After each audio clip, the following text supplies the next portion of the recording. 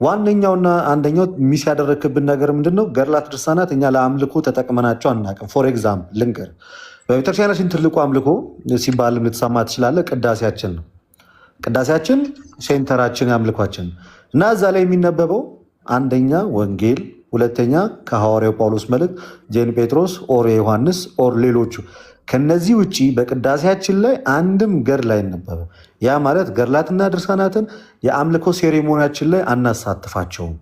የአምልኮ ፕሮግራማችን ካለቀ በኋላ ህዝቡ ተሰብስቦ ውጭ ላይ ሊጨርስ ልደተ ቃለኛ እንትን አለን አይደለም። ገድላትና ድርሳናት የሚካኤል ንግስ ጊዜ የሚካኤል የዓመቱ ሲነግስ የዓመቱም ሳይሆን የወሩም ላይ እሱን ላስረዳ አይነበብም አላልኩኝም።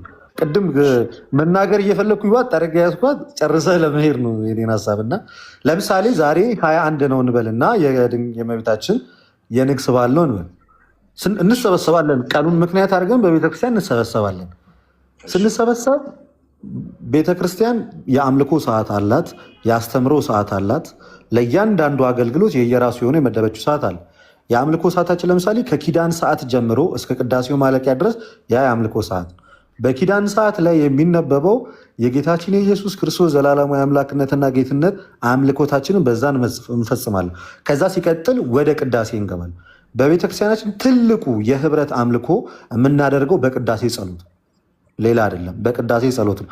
በዛ በቅዳሴ ጸሎት ላይ ለአምልኮ የምንጠቀማቸው መጽሐፍ ዋነኛና ዋነኛ ወንጌል ነው እና መልእክታት ናቸው። እነዛን እናነባለን፣ እነሱ ይነበባሉ። የጌታን ስጋና ደም እንቀበላለን። የቅዳሴው ስነስርዓት ወይም የአምልኮ ስነስርዓታችን ይፈጸማል። ከተፈጸመ በኋላ ወደ ቀጣይ ሌላ ስርዓቶች እንሄዳለን። ከነዛ ስርዓቶች ውስጥ አንደኛው ዕለቱን አስመልክቶ የሚካኤል ከሆነ የሚካኤል ድርሳን ሊነበብ ይችላል። ያ ማለት የቅዳሴውና የአምልኮቱ ክፍል ነው ማለት ግን አይደለም። ሆኖም አያውቅም። ዋናውን የአምልኮ ፕሮግራም ህዝቡ ከጨረሰ በኋላ እነዛን ነገሮች ይሰማቸዋል። ሲሰማቸው የቅዳሴው አንደኛ ክፍል ሆነው ሁለተኛ ክፍል ሆነው ሶስተኛ ክፍል ሆነው አይደለም የምንሰማቸው እና እዛ ጋር ሚስባ እንደራረግ በአጭሩ ጠቅለል ሳደርገው በአምልኮታችን ላይ የምናሳትፈው ምንም አይነት ገድላትም ሆነ ድርሳናት የሉም፣ ሊኖሩንም አይችሉም። እንደዛም አናደርግም። ከዛ የተነሳ ነው ለምሳሌ አልኩ ከዛ የተነሳ ገድላት ድርሳናት የሃይማኖት መከራከሪያችን ሊሆኑ አይችሉም ብለን ከምናነሳባቸው ዋነኛ ነገሮች ውስጥ በየትኛውም የአምልኮ ስፍራችን ላይ የአምልኮ አገልግሎታችን ላይ ተጠቅመናቸው አናውቅም፣ ልንጠቀማቸውም አንችልም። ልደትዬ ጥያቄ፣ ታምረ ማርያም በቤተክርስቲያናችሁ ላይ መቼ ነው የሚነበበው? መቼ ነው የሚነበበው? ታምረ ማርያም ሁለቴ ይነበባል። እሺ፣ አንደኛ ከኪዳን በፊት ከቅዳሴ በፊት ሌሊት ላይ። እሺ። ሁለተኛ ቅዳሴው አልቆ ተጠናቆ ቅዱስ ቁርባኑ ወደ ቦታው ተመልሶ ህዝቡ ከተሰበሰበ በኋላ ከቅዳሴው ማለቂያ በኋላ ሰንበት ላይ ይነበባል። ሰንበት ላይ ነው እሱ። ሌላ ጊዜ ከኪዳኑም ለምሳሌ ቤተክርስቲያን ቅዳሴ ሁሌ ነው ያለው እኛ ቤተክርስቲያን ሌሊት። ስለዚህ ታምረ ማርያምን ሰው ሰማ። ታምረ ማርያም ላይ ያለ ታሪክን ሰማ። ታምረ ማርያም ላይ ያለውን ታሪክ ሰምቶ ኦኬ ህዝቡ ተነግሮት ማርያም ይሄንን ታደርግላችኋለች ተብሎ በዛ መሰረት አንድ ኦርቶዶክሳዊ ጸሎት ቢያደርግ ወይም ደግሞ በተነገረው መሰረት ዋሬቨር ማድረግ ሊሆን ይችላል። ገድልና ድርሳናቱ ያለው አሁን ዲቴል እየሄድን ስላልሆነ እንደሱ ማምሳት አልፈልግም። እንደሱ እንዲያደርግ ነው አይደል? ገድላትና አሁን የታምረ ማርያም የሚነገረው ማርያም እንደዚህ ታምር ሰርታለች፣ ታምራትን ትፈጽምላችሁ እየተባለ እንደውም ህዝቡ አሜን ይላል። የአምልኮ ስርዓት አይደለም አልክ እንጂ አንተ የአምልኮ ስርዓት ነው አሜን ካለ እንደዚህ አሜን ማለት የአምልኮ ስርዓት ማለት አይደለም። አይደለም ቃል እኮ ይሁን ማለት እኮ አሜን ይሁን እኮ ማርያም እንዴት ታደርግልሃለች ሲባል አሜን ካለ አምልኮ አይደለም እንዴ? አይደለም ይሄ አምልኮ አይደለም። እንደዛማ ካል መጽሐፍ ቅዱስ ላይም ታምራትን የሚያደርጉ ሰዎች አሜን ብሎ መቀበል ያን እንደ አምላክ ማየት ማለት ነው። ኖ ታምር አደረገች እኮ አይደል? ታምር አደረገች ታውን ታምሩ ተነግሮ ማርያም ይሄንን ታደርግላችሁ ሲባል አሜን ሲል ያንን ነገር አሜን ሲባል አሜን እንላለን። ኦፍ ኮርስ ታማልዳችሁ አይደለም፣ ታማልዳችሁ ሳይሆን ከዛ ታምረ ማርያም ላይ ያለ ታሪክ። እሺ አንድ ታምረ ቆይ የገድል ሰው ገባ አንድ ጊዜ ቆይ እንደዛማ ከሆነ እኔ አሁን በገድላት ድርሳናት ላይ ልወያይ አይደለም የገባሁት እዚህ ቶቢያነስ የጠየቀኝን ሀሳብ ግን የተነሱትን ሀሳቦች ላይ እያንዳንዶቹ ላይ ለመናገር ኢንዲቴል ራሱ ለመግባት አይደለም የገባሁት። ኢን ጀነራል እያወራን ያለ ነው እና ከይቅርታ ጋር ግን ቅድም አንድ ነገር ሲዋሸ ነበረ እና እሷ ላይ ኤፍሬም እንዲህ አይነት ነገር ከጀመርክ እንኳን ሶሊ እሰጥሃለሁ። ቆይ አንድ ጊዜ ቤኪ ያወራና ነው እየተቀባበልን ነው። ጀነራል የሆኑ ሀሳቦች ላይ እየተቀባበልን ያለ ነው እያወራን ያለ ነው እንጂ ሲወራ እውነት ታማኝ መሆን አለብህ። ኪዳን በፊት ነው የሚነበበው ብለህ ማርያምን አምልኮ አይደለም እያልክ ነበርና እሱን እየዋሸ ጀነራሉ ላይ አትዋሻ። ስለዚህ እሱን በማስረጃ ማውራት ይሻላል ብዬ ነው። እሺ ሶል ዲያቆን ስለሆነ ያውቃል የቤተክርስቲያን እንትን። እሺ ንገር፣ ተናገር። ታምረ ማርያም ሌሊት የሚነበበው ከምን በፊት ነው? ምን ስትል ነበረ? ምን አለመሰለህ? ታምረ ማርያም ስጠይቀው ከኪዳን በፊት ነው የሚነበበው ስትል ነበርና ከኪዳን በፊት አይነበብም። ኪዳኑ ላይ ነው የሚነበበው። ማስረጃ ምንም ማውጣት አይጠበቅኝ። አንድ ኦርቶዶክሳዊ ካህን ቢገባ አንተን ወይ ደግሞ ታች የሚገቡ ኦርቶዶክሶች ይታዘበዋል። ኦኬ እየዋሸ እንደሆነ ማለት ነው። ወይ ደግሞ ኪዳናችሁን ቪዲዮ አውጥተን ማሳየት እንችላለን። እኔ ከተሳሳትኩኝ እዚሁ 700 600 ሰው ባለበት ይቀጣል። የኪዳን ጸሎት የሚደረግበትን መጽሐፉ ቄሱ የሚያነበው ሴንክሮስ የሚል አካውንት ይታያል ኤፍሬም? አየሁት። እሺ ላስገባው። እሺ አስገባሁት። ጌታ ምስክሬ ነው። በዚህ ማንም ፊት ቆሜ ያወራለሁ። ይሄው ጠይቆስ ስለ እውነት ይናገር። ሴንክሮስ ምንድን ነው? መጀመሪያ ቄስ ነህ ምንድን ነህ? ወይ ዲያቆን? ዲያቆን ነኝ። ከኪዳን ሳይጀመር በፊት ነው የሚነበበው ታምረ ማርያም ኦፍኮርስ። ስለዚህ ያው ኦርቶዶክሶች ያው እንግዲህ ውሸታችሁ።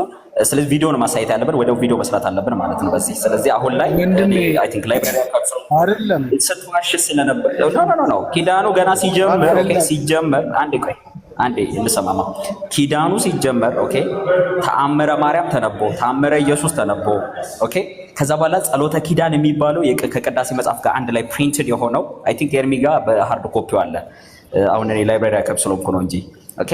የጸሎተ ኪዳን የምትለዋ ብቻ ከሆነ እያወራህ ያለው ምንድን ነው ከታምረ ማርያም በኋላ ግን አንተ ጸሎተ ኪዳን አደርግ ያወራል ኪዳናችን ብለህ ነው። ከዛ ቅዳሴ እያልክ ነው የሄድከውና ምንድን ነው ኪዳኑ ሲጀምር ራሱ ቄሱ ኦኬ ታምረ ማርያምን አንብቦ ኦኬ ታምረ ኢየሱስ ተነቦ ሌሎቹ መልካ ስዕልና ምንድነው መልካ ስዕል በለው ተፈሲ ማርያም በል እነዚህ ሁሉ ተደርጎ ውዳሴ ማርያም ተደግሞ ኦኬ እነዚህ ሁሉ ፕሮሰሶች ተደርጎ ነው።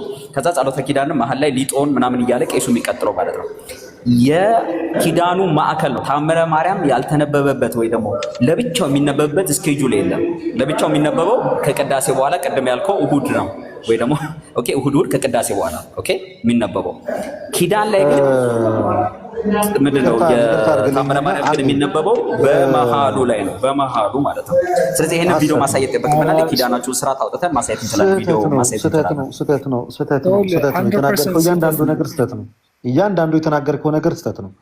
እኔ ዲያቆንም ባልሆንም እንኳን አንድ ኮሚቴ አድርገህ ማስረጃ አውጣ። እኔ ቋሻው አንድ ቪዲዮ ኪዳንን ቪዲዮ ወጥታ ሳያንተ አንተ ነህ እኮ ማስረጃ የምታመጣውም አንተ ነህ። እኔ ግን ልናገር ነው የዋሻው አንተ ነህ። እኔ በማስረጃ አሳያለሁ። ኦፍ ኮርስ አሁን ላይ እሺ ቪዲዮ መክፈት ይችላል ጋይስ ዩቲዩብ ላይ አሁን ማግኘት ኤፍሬም አንድ ደቂቃ ስጠኛለህ ወይንስ ታች ወርጄ እኔ እሺ እሰጥሃለሁ። እሺ ሶል መክፈት ያለው የማን ቪዲዮ ነው? ሶል አውጡ የፈለጋችሁትን ቪዲዮ የማንን ነው የምትፈልገው? ጸሎተ ኪዳን ብለህ ጀስት ቪዲዮ ዩቲዩብ ላይ ሰርች አድርግ። ምንም ችግር የለም። ጸሎተ ኪዳን ብለህ ከዛ ቀጥሎ ታምረ ማርያም ብለህ ከጎኑ ጻፍበት። የቀጥታ ላይቭ የእነሱን ፕሮግራም ወይ ደግሞ የተቀረጸ ካለ ማለት ነው ኦፍኮርስ ይኖራል። እሱን ያሳየናል ማለት ነው። ግን አትዋሽው። ሀሳብ ስጥ እስኪ አንተ ሀሳብ ስጥና እሺ እኔ እድሉ ስለተሰጠኝ አመሰግናለሁ። ሁላችሁንም ሰላም ብያለሁ። ኤፍሬም እውነት ለመናገር አለው እግዚአብሔር ይመስገን። እውነት ለመናገር የተናገራቸው ነገሮች እኔ ያው አገልጋይም ስለሆንኩኝ ልደትሻ እንዳለው ከኪዳን በፊት ነው። ምክንያቱም ኪዳን ማለት የአምልኮ ክፍልም ስለሆነ ከዛ በኋላ ቅዳሴ ነው። ቅዳሴ ከመጀመሩ በፊት ኪዳን ዘነገሩ እግዚእነ ወአምላክነ ወመድኃኒነ ኢየሱስ ክርስቶስ እምቅድመ ዕርገቱ ውስተ ሰማይ ወእምድኅረ ትንሣኤው እሙታን ብሎ የሚጀምረው የኪዳን ጸሎት ይባላል። ያ ማለት ኪዳን ከተጀመረ በኋላ ነው ቅዳሴ የሚቀጥለው ማለት ነው። ከዛ በፊት ግን ንባብ አለ። ቅድምም ብሎታል ለትሻ ንባብ አለ። ንባቡ ደግሞ ከኪዳኑ በፊት ነው። ምንም እንትን የለም። ከኪዳኑ በሚቀርብበት ሰዓት ወይም ኪዳኑ በሚደርስበት ሰዓት ስለ አምላካችን መድኃኒታችን ኢየሱስ ክርስቶስ ሐዋርያቶች ስለዚህ ስንድሮስ አንተ የማቋረጥ መብት የለህም። ሀሳቡ ሳይጨርስ የማቋረጥ መብት ይጨርስና ከዛ ትቀጥላለህ። ሶል ይጨርስ አንድ ጊዜ። እሺ ቆይ ጨርስ ዳጎን። ኪዳን ዘነገሩም ለእግዚእነ ብሎ ያው የኪዳን ጸሎት ይደረጋል። ፕላስ ደግሞ ኪዳኑ ዋናው ነገር ዜማ አለው። ዜማው ደግሞ ግዕዝና እዝል አለው። ታምረ ማርያም ላይ ግን ዜማ የለውም፣ ምንም የለውም። ንባቦች ናቸው። ጀስት የሊተርጂ አካል አይደሉም ማለት ነው በእኛ ቤተክርስቲያን። ሶ ምንድነው ዋናው ፖይንቱ? ኪዳን አለ። ኤንዴን ኪዳን የቅዳሴ መግቢያ ነው። ከዛ በኋላ ወደ ቅዳሴ ይገባል። ቅዳሴ ላይ መሀል ላይ የአምልኮ ክፍል ስለሆነ የዋናው ዲያቆን ምን ያነባል? ከሐዋርያው ቅዱስ ጳውሎስ ከ14ቱ መልእክት አንደኛው ለዕለቱ የሚስማማውን ቅዳሴው ጋር ይቆየና ኪዳኗን ጨርስ። እሱ ላይ ለምንድን ነው የምታቋርጠው? ሴንክሮስ ና ውረድ። በቃ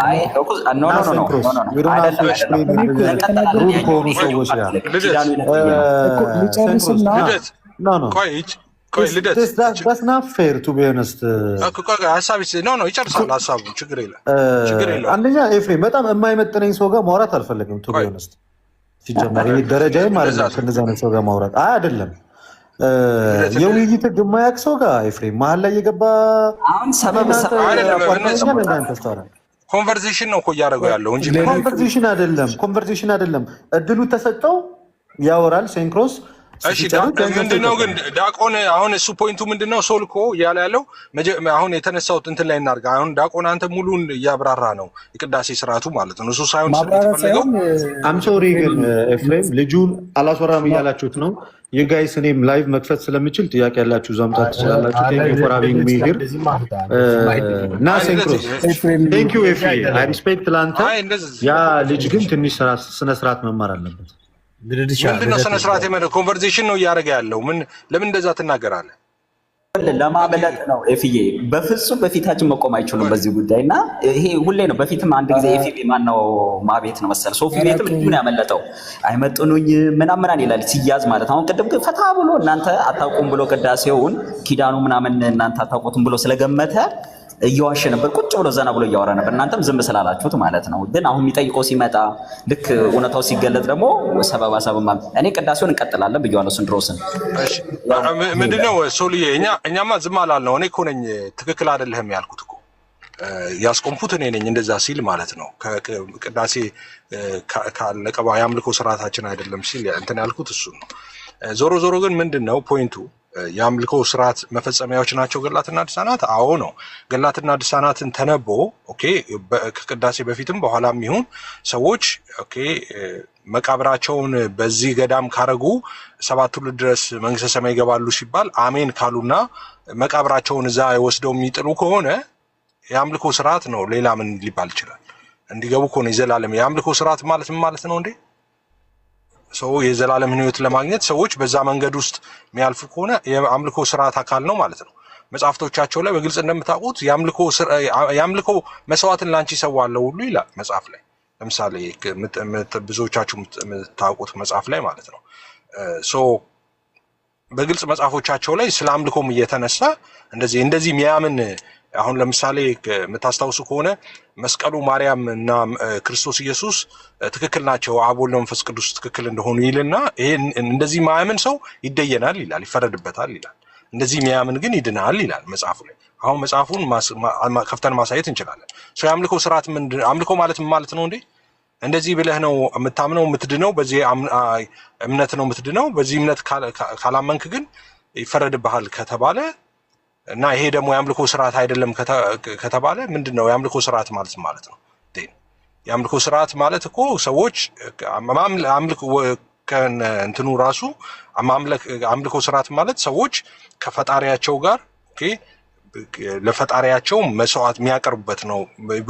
በተለያየ መንገድ መስዋዕት ሊያቀርቡ ይችላሉ። በዝማሬ ሊሆን ይችላል፣ በዋሬቨር ብቻ መስዋዕት ያቀርባሉ።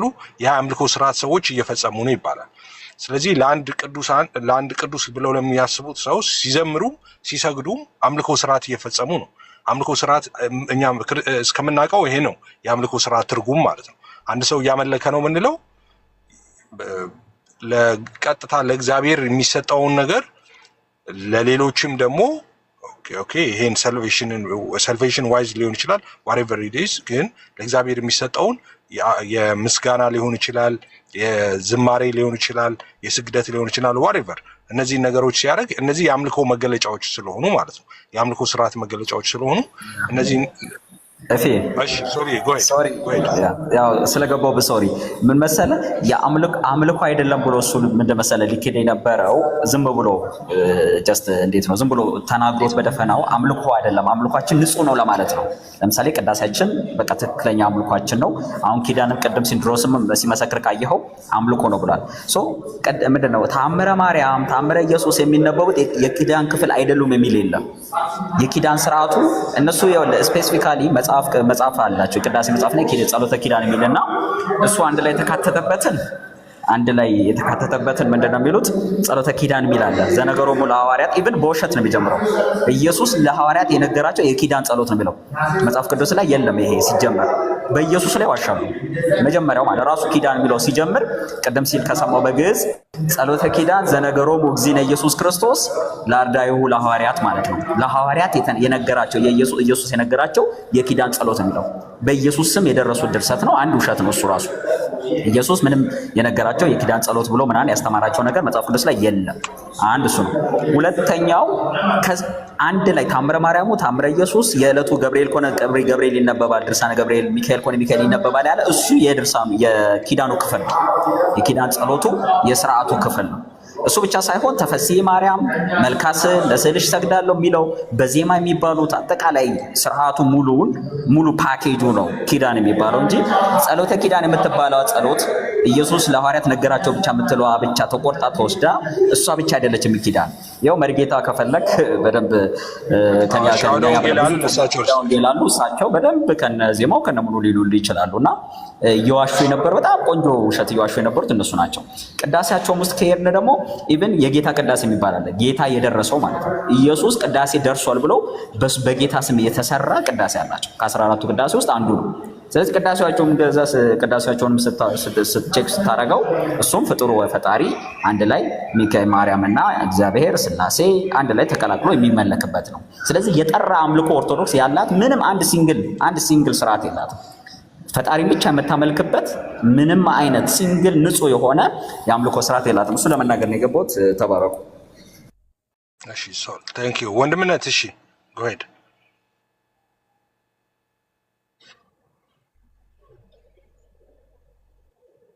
ታምራት ላይ ሲመጣ አንድ ያነሳው ነገር አለ። እዛ ውስጥ ያለውን ስህተት ቀድሞኑ እኛ እናውቅ ነበረ። ስለሚታወቅም አንዳንድ ገድላቶች እንዲሻሻሉ እንዲታደሱ ምናምን ነገር ተነግሯቸዋል የሚል ውሸት ነበረ ልደት ሲዋሽ የነበረው። አንድ የሚታወቀው እውነት ምንድነው ከተባለ ስለ ገድላት ስለ ድርሳናት ታምራት ያወቃችሁት እዚህ ቲክታክ ላይ ነው። ኤርሚያስ ተናገር እውነቱ ከመጣ በኋላ ነው እንጂ ምንም አታውቁም። እርግጠኛ ሆኜ የማወራችሁ ነገር ዝክረ ኒቂያ አሁን የተናገረው ነገር በጣም ቆንጆ ነገር እኮ ነው። እኛ የተሳሳቱ አሉ ጥቆማ ሰተናል አለ። ይሄ እኮ ትልቅ አቺቭመንት ነው። አሁን ወንድምነት ነው እሱ የኛ ነው ታዲያ። እኔ እኮ አሁን መሰለህ አቺቭመንቱ የስ ግን እነሱ ሰርቶት ያመጡ ሳይሆን ሰርቶት ያመጡ ሳይሆን እነሱ ራሳቸው ከኤርሚያስ እግር ስር ቁጭ ብለው አይተው ተምረው ጽፈው እንደምታውቀው ኤርሚያስ ገጹን ምዕራፉን ከነቁጥሩ እያመጣ እያሳያቸው ነው። በደንብ አድርጎ ገላልጦ ኦርቶዶክስ ማለት እንዲህ ነው ብሎ አደባባይ አምጥቶ ያሰጣው ማለት ነው። እነሱ ራሳቸው ቁጭ ብለው የተማሩት ከኤርሚያስ ተናገር ነው አበበ ተናገር ነው የተማሩት። ያ ውጤት ማን ያስገኘው ከተባለ እኛ ቤት መጀመሪያ ክሬዲት የሚሰጠው ለእግዚአብሔር ነው። ለእግዚአብሔር ብቻ ነው የሚሰጠው። በመቀጠል ግን ለወንድማችን ኤርሚ ግን እግዚአብሔር ይባርከው እንለዋለን። ቢኮዝ ዋጋ ከፍለው እዚህ ላይ በደንብ አድርጎ አድብቶ ስለሰራ ማለት ነው። ስለዚህ ልደት ወንድማችን ዋሽታል። አም ሶሪ ዩ አር ቱ ማች ዋሽታል። ቱ ማች ማለት ነው። ተባረክ። እሺ ወንድምነት፣ አይ ትክክል፣ እውነታው እሱ ነው። እንትኑ የመጣው እሱ እንዳለው እንደዛ አይደለም። ግን እሱም ደግሞ አንድ ትልቅ አቺቭመንት ነው። እሱ ራሱ አንድ ኮንፎርሜሽን ሰጥተዋል። እኛ ራሱ ይታረሙ ያልናቸው አሉ አለ። ስለዚህ በችግር ላይ ያሉ አሉ ማለት ነው። ትክክል ያልሆኑ መጽሐፎች አሉ ማለት ነው። እና ለዛ እንዳልኩት ነው። ጌታ ክብሩን ይሰድ። ስራ በደንብ ተሰርተዋል። ለዚህም እግዚአብሔር ነው እንግዲህ ክሬዲቱን የሚወስደው። እግዚአብሔር ነው ያንን ያደረገውን ሁሉ ያደረገው። እንግዲህ እሱ እንዳልኩት ነው ቀደም አሁን እንትን ለመቆጣጠር አይደለም። አይ እኛ ሰራን የሚለው ትክክል አይደለም። እሱ ስላመጣው ነው እንጂ እንደዛ ማለት ትክክል አይደለም። እኛ እንደዛ ማለታችን ቴዲዬን አየዋለሁ እዚህም ራሱ እንትን ከታች ቴዲ የእነሱ ውጤት ነው። አሁን ቴዎድሮስ ደንበላሽም ታውቁታላችሁ። እሱን በጣም በርካታ መጽሐፍቶችን የጻፈ ነው። በጣም በርካታ የቤተክርስቲያኒቱን አስተምሮ በማስረጃ የሞገተ ነውና እነ ሜሎስ በጣም ብዙ የለፉ ሰዎች አሉ፣ ኤርሚን ጨምሮ ማለት ነው። እና ጌታ ይባረክ። ይሄ የእነሱም አንድ ውጤት ነው። ጥሩ ነው። በቃ ቅድም እንዳለው የእኛም ፍላጎት እንደዛ ነው። ነገሮች እየተሻሻሉ እየተቀየሩ በእግዚአብሔር እውነት እንዲተኩ ነው ፍላጎታችን። እሱ ሆነዋል። ናውዴይስ የተናገረው አሁን እኛ ስራ እንትን ብለናል። ቅድም እንዳልኩት ነው የሚሆነው። እንዳለውም በተለይ የቲክቶክ አገልግሎት እኛ ጋር በፊት በነበረው እንትን አይደለም ያለው። አሁን ትክክል ነው እሱ። እንደሱ የሆነው ምክንያት ደግሞ ቅድም እንዳልኩት ነው፣ በራሳችን ልጆች ነው እንጂ በእነሱ ምክንያት አይደለም። እነሱን አጋሽ እኛን ትምህርት ሞግተው የእኛን ትምህርት እድል አድርገው ወይ ደግሞ እኛ የምናነሳውን ጥያቄ መልሰው አይደለም። ግን እኛው ቤት ውስጥ ያሉ ልጆች በጌታንን የሚሉ ሰዎች በኋላ ግን ራሳቸውን ገልጠው የወጡም ጭምር አንዳንዶቹ በእነሱ ምክንያት ነው ያ የሆነው። እንግዲህ እኛ ሳይሆን እውነት ያሸንፋል። እንግዲህ የእግዚአብሔር እውነት ያሸንፋል፣ የሰው እውነት ሳይሆን ማለት ነው። ሰው የእግዚአብሔር እውነት ያሸንፋል፣ ደግሞ ማሸንፏል። እና እሱን ነው ልንል የምንችለው ማለት ነው። አውደ ወንጌል ባይወጡ ጥሩ ነበረ። ከወጡ ምንም ላረግ አልችልም።